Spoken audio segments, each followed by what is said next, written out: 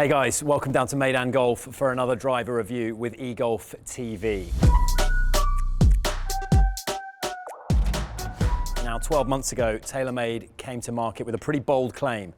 They said it was a new era in driver technology. They announced the age of the Carbonwood with the launch of their Stealth driver 1 year ago.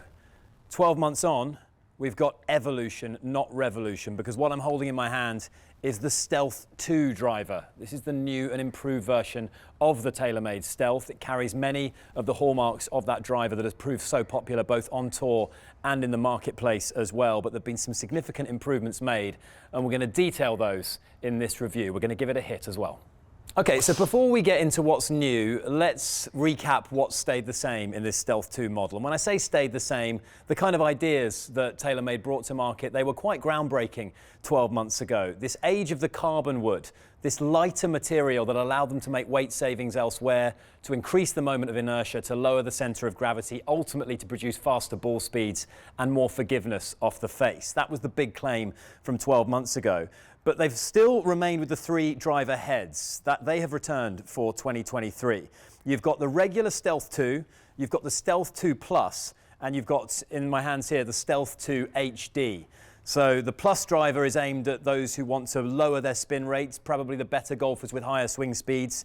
The HD is for higher handicappers, perhaps who want to promote more of a draw bias, and the regular model sits somewhere in between those two. So you've got those three options for three different types of golfers. And of course, what you'll notice immediately is the red face, such a distinctive quality of that driver from last year. It's back, but there are differences, and we're going to examine those now.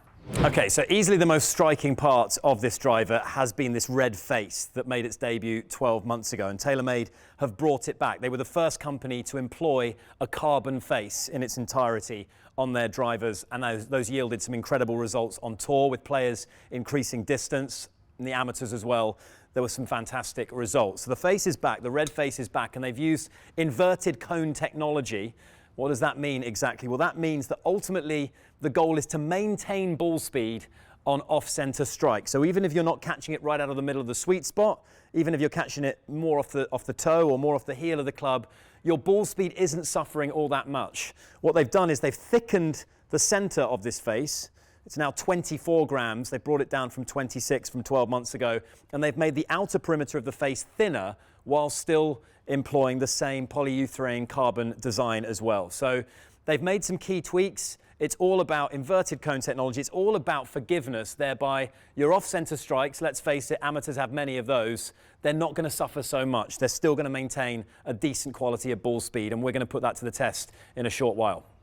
The age of the Carbonwood, well, it began 12 months ago, according to TaylorMade, and they've doubled down on that assertion because this is the first driver that they've produced, that any company has produced, which has more carbon by volume than any other material in the driver head. You've got the carbon sole, you've got this black carbon crown, which was so distinctive last year, TaylorMade going back to this black design, and of course you've got the carbon face as well. The only real titanium elements to this are the loft adjustment and of course this fixed weight at the back that comes in at 25 grams. That of course moves weight further back in the club. That will encourage those higher launch conditions that most of us amateurs are seeking. This of course is the regular Stealth 2 model.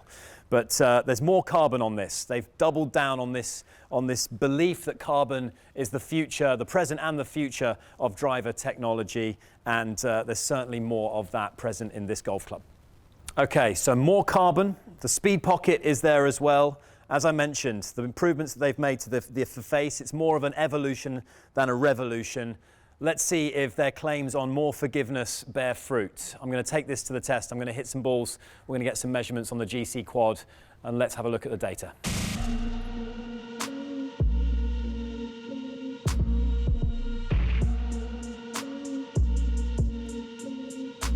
Okay, so I hit loads of shots, recorded the data on the GC quad, and a couple of things to note. My swing speed has gone down, my ball speed has gone down as a result from 12 months ago. My golf swing has changed. I've actually tried to make some improvements to my golf swing, which has actually reduced my ball speed and actually upped my spin rates, which I think have actually allowed me to maintain the distance that I'm hitting the ball, as you'll see from the data here. As we can see from the averages there, averaging a ball speed of 161.8. Not so concerned with that today. What I was really interested in was the distance that I was able to achieve on off-center strikes. Now, from last year, where my spin rates were well below 2,000, which is definitely suboptimal, I've gotten that up above the 2,000 mark on average there, 2,126 RPM, which is really good. It means that for a higher launch, further carry, and ultimately more consistency, and certainly a better dispersion rate as well. And it hasn't really made the distances suffer all that much. The carry is still out there. Really, really happy with those totals. An average of 291, running out to 313 on an average. And in terms of the height that I'm able to hit the driver, again, that's jumped up from last year as well. That's up to 35 yards. So really wasn't too concerned with the drop in ball speed. All in all, what I was really looking for was a greater dispersion, a tighter dispersion, I should say. And not much in terms of a drop in distance when I didn't quite catch it out of the middle. So if we look at the table here of all the drives that we've collated for this particular review, what you'll see is a much, much closer dispersion on both carry and total distance. Now, I by no means caught every single one of these drives out of the middle of the club. Some were, some weren't. And what you can see there in that column, the carry column, there's only really one or two that have fallen below the 280 mark, 276, I think, being the lowest carry, and that's a pretty tight average.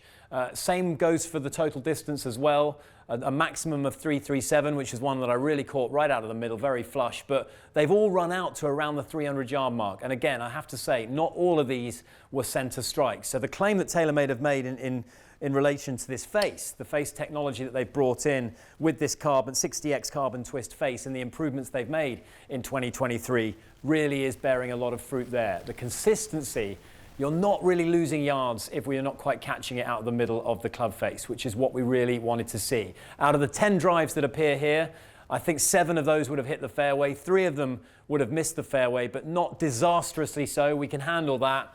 And that's a pretty good dispersion. That's kind of the dispersion that I would be absolutely delighted with out on the course. So very interesting numbers. Ball speeds remain pretty consistent down that left-hand side. The height of the drives has gone up, the average being 35 yards of total height. And the spin rate as well has gone up as well from the numbers that I was getting last year with a higher ball speed, which ultimately means I'm hitting it just as far. If you've enjoyed this video, we'd really appreciate it if you gave it a thumbs up, and of course subscribe to our channel for more great content on the way. You can follow eGolf Megastore at eGolf Megastore on social media.